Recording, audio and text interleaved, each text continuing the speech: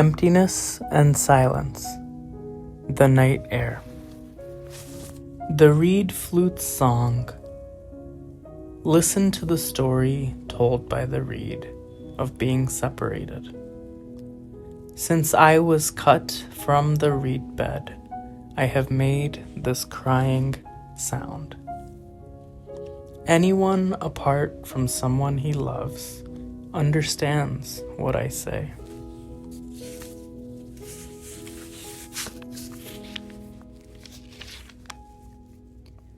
Anyone pulled from a source longs to go back. At any gathering, I am there, mingling in the laughing and grieving. A friend to each, but few will hear the secrets hidden. Within the notes, no ears for that, body flowing out of spirit. Spirit up from the body, no concealing, that mixing, but it's not given us. To see the soul, the reed flute, is fire, not wind. Be that empty. Hear the love fire tingled in the reed notes, as bewilderment melts into wine. The reed is a friend to all who want the fabric worn and drawn away. The reed is hurt and salve combining, intimacy and longing for intimacy, one song. A disastrous surrender and a fine love together. The one who secretly hears this is senseless. A tongue has one customer, the ear. A sugarcane flute has such effect because it was able to make sugar in the reed bed. The sound it makes is for everyone. Days full of wanting, let them go by without worrying that they do. Stay where you are, inside such a pure, hollow note.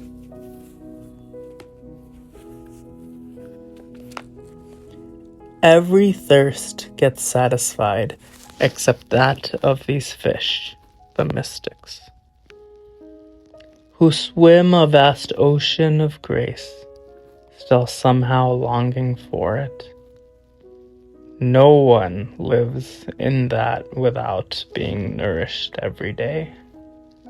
But if someone doesn't want to hear the song of the reed flute, it's best to cut conversation short, say goodbye, and leave.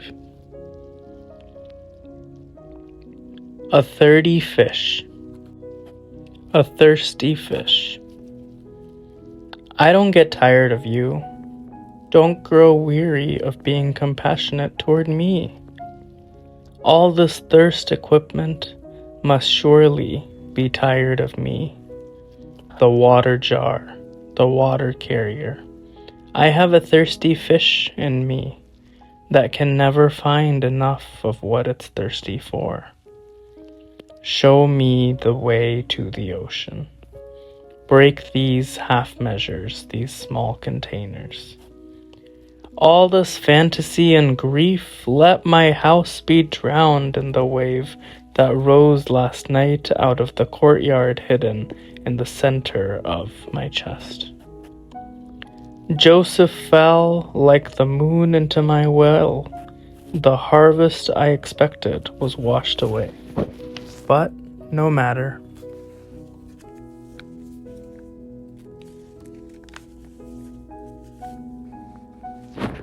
A fire has risen above my tombstone hat.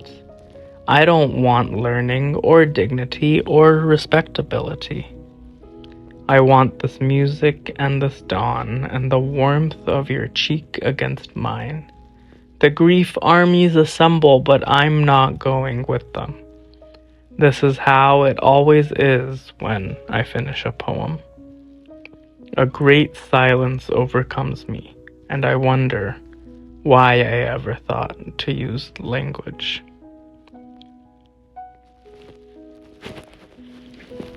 Enough words? How does a part of the world leave the world? How can wetness leave water? Don't try to put out a fire by throwing on more fire. Don't wash a wound with blood. No matter how fast you run, your shadow more than keeps up. Sometimes it's in front. Only full overhead sun diminishes your shadow. But that shadow has been serving you. What hurts you blesses you. Darkness is your candle. Your boundaries are your quest. I can explain this, but it would break the glass cover on your heart, and there's no fixing that. You must have shadow and light source both. Listen and lay your head under the tree of awe. When from that tree feathers and wings sprout on you, be quieter than a dove. Don't open your mouth for even a coo.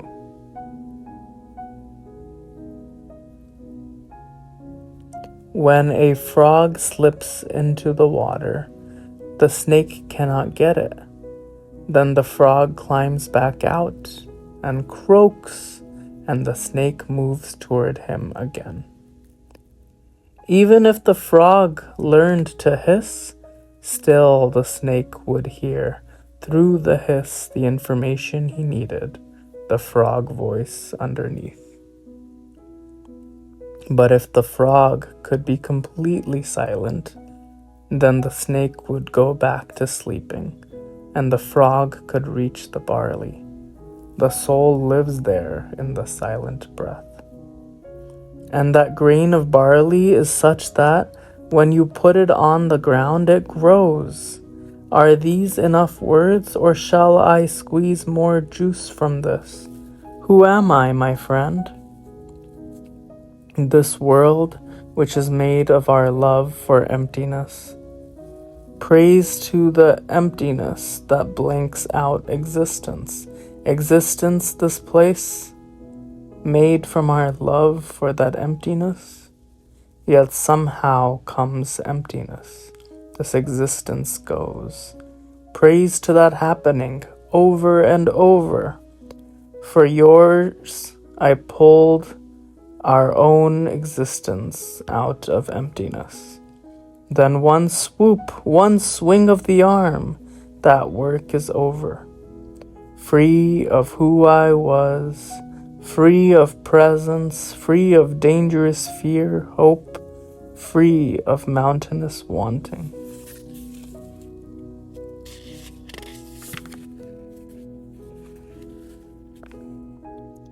The here and now mountain is a tiny piece of straw, blown off into emptiness. These words I'm saying so much begin to lose meaning. Existence and emptiness, mountain, straw, words. And what they try to say swept out the window, down the slant of the roof. Quietness. Inside this new love, die. Your way begins on the other side. Become the sky. Take an axe to the prison wall. Escape. Walk out like someone suddenly born into color. Do it now. You're covered with thick clouds. Slide out the side. Die and be quiet. Quietness is the surest sign that you have died. Your old life was a frantic running from silence. The speechless full moon comes out now. Sanai. Someone says Sanai is dead. No small thing to say.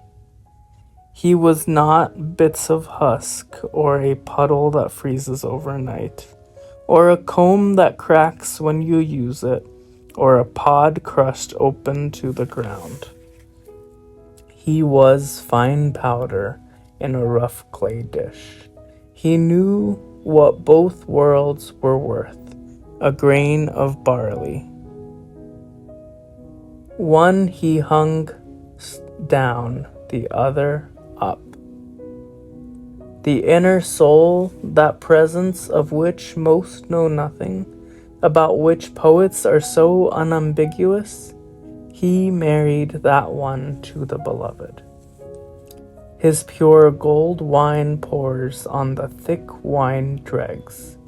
They mix and rise and separate again.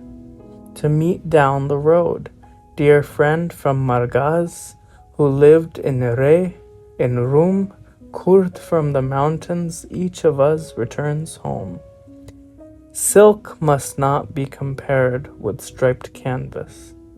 Be quiet and clear now, like the final touch points of calligraphy. Your name has been erased from the roaring volume of speech. A just finishing candle. A candle is made to become entirely flame. In that annihilating moment, it has no shadow. It is nothing but a tongue of light describing a refuge.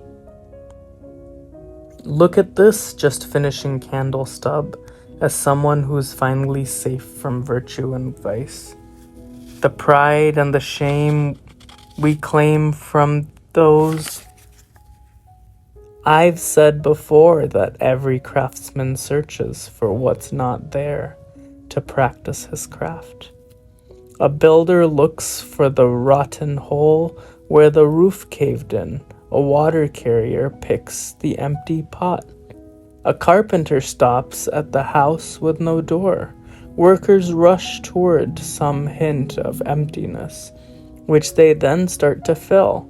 Their hope, though, is for emptiness, so don't think you must avoid it.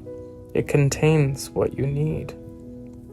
Dear soul, if you were not friends with the vast nothing inside, why would you always be casting your net into it and waiting so patiently? This invisible ocean has given you such abundance, but still you call it death, that which provides you sustenance and work.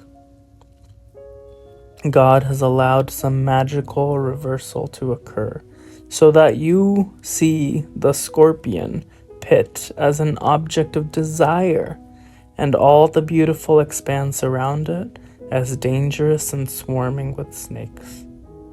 This is how strange your fear of death and emptiness is, and how perverse the attachment to what you want. Now that you've heard me on your misapprehensions, dear friend, listen to Attar's story on the same subject. He strung the pearls of this about King Mahmud, how among the spoils of his Indian campaign there was a Hindu boy whom he adopted as a son. He educated and provided royalty for the boy, and later made him vice-regent, seated on a gold throne beside himself. One day he found the young man weeping. "Why are you crying? You are the companion of an emperor. The entire nation is ranged out before you like stars that you can command." The young man replied, "I am remembering my mother and my father, and how they scared me as a child with threats of you." Uh-oh. He's headed for King Mahmud's court? Nothing could be more hellish. Where are they now when they should see me sitting here? This incident is about your fear of changing. You are the Hindu boy, Mahmud, which means praise to the end is the spirit's poverty or emptiness. The mother and father are your attachment to beliefs and blood ties, and desires and comforting habits. Don't listen to them. They seem to protect, but they imprison. They are your worst enemies. They make you afraid of living in emptiness. Someday you'll weep tears of delight in that court, remembering your mistaken parents. Know that your body nurtures the spirit, helps it grow, and then gives it wrong advice. The body becomes eventually like a vest of chainmail in peaceful years, too hot in summer and too cold in winter.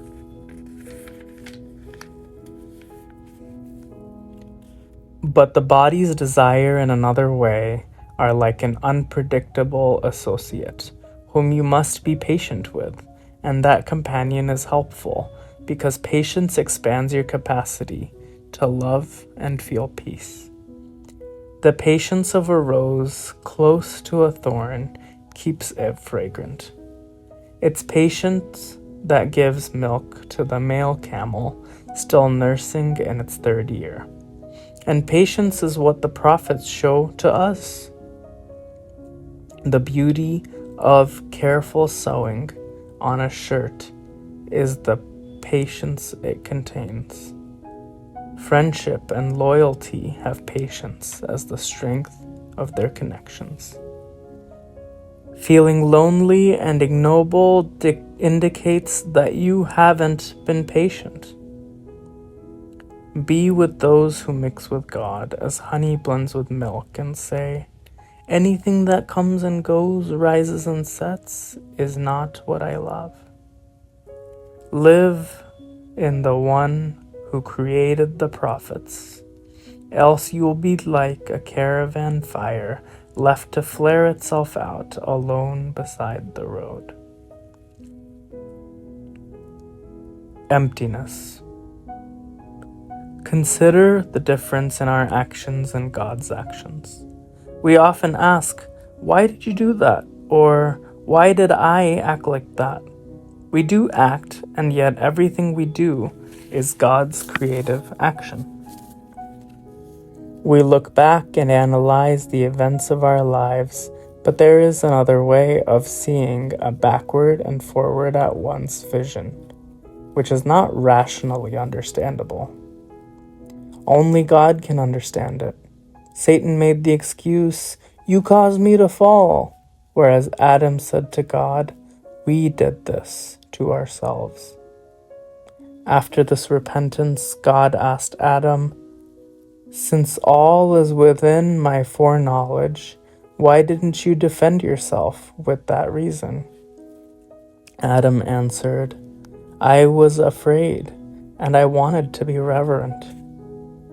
Whoever acts with respect will get respect. Whoever brings sweetness will be served almond cake. Good women are drawn to be with good men. Honor your friend, or treat them rudely, and see what happens. Love, tell an incident now that will clarify this mystery of how we act freely and are yet compelled. One hand shakes with palsy, another shakes because you slapped it away. Both tremblings come from God. But you feel guilty for that one. And what about the other? These are intellectual questions. The spirit approaches the matter differently.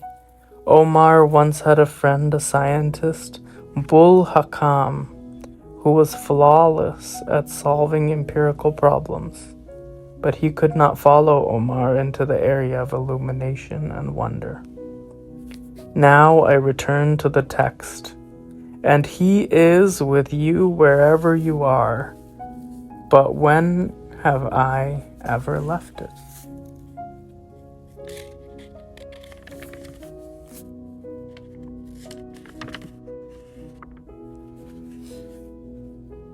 Ignorance is God's prison.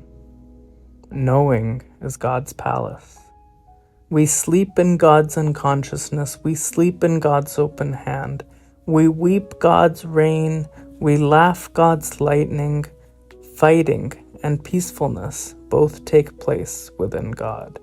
Who are we then in this complicated world tangle that is really just a single straight line down at the beginning of Allah?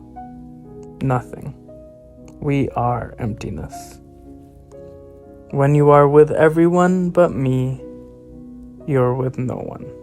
When you are with no one but me, you're with everyone. Instead of being so bound up with everyone, be everyone. When you become that many, you are nothing, empty. No flag. I used to want buyers for my words. Now I wish someone would buy me away from words. I've made a lot of charmingly profound images, scenes with Abraham and Abraham's father Azar, who was also famous for icons. I'm so tired of what I've been doing. Then one image without form came, and I quit. Look for someone else to tend the shop. Out. I'm out of the image-making business. Finally, I know the freedom of madness. A random image arrives. I scream, "Get out!" It disintegrates. Only love, only the holder of the flag fits into, and wind. No flag. No flag. The food sack. One day, a Sufi sees an empty food sack hanging on a nail. He begins to turn and tear his shirt, saying, "Food for what needs no food? A cure for hunger." His burning grows and others join him, shouting and moaning in the love fire. An idle passerby comments, "It's only an empty sack." The Sufi says, "Leave. You want what we do not want. You are not a lover. A lover's food is the love of bread, not the bread." No one who really loves existence. Lovers have nothing to do with existence. They collect the interest without the capital.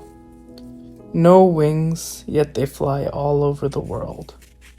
No hands, but they carry the polo ball from the field. That dervish got a sniff of reality. Now he weaves baskets of pure vision. Lovers pitch tents on a field of nowhere. They are all one color, like that field.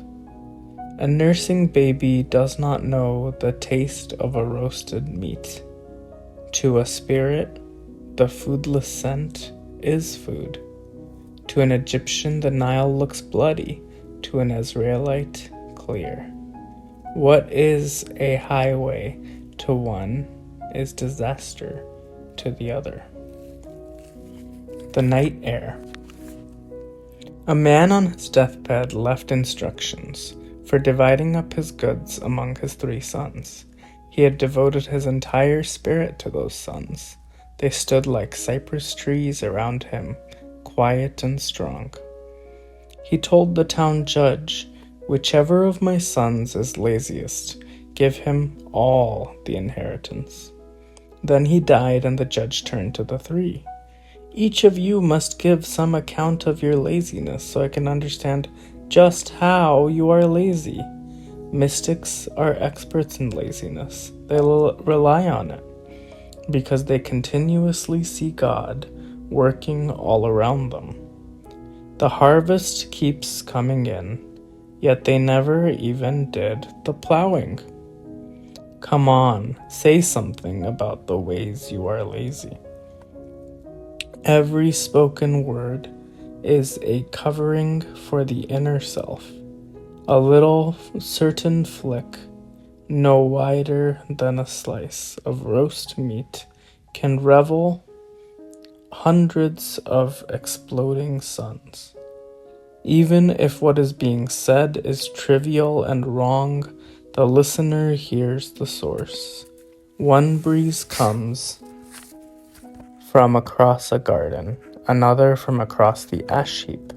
Think how different the voices of the fox and the lion, and how they tell you.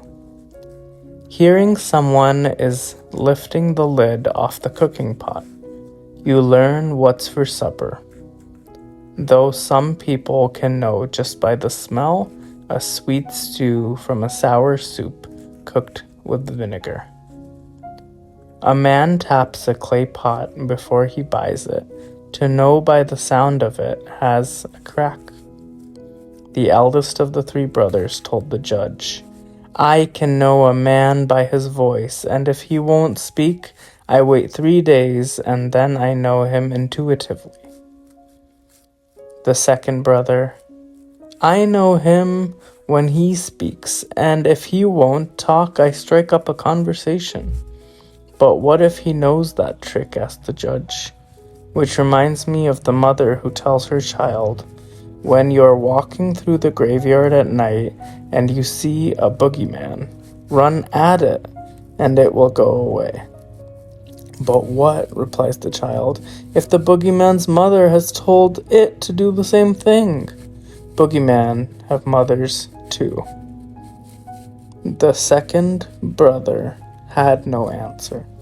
The judge then asked the youngest brother, what if a man cannot be made to say anything? How do you learn his hidden nature?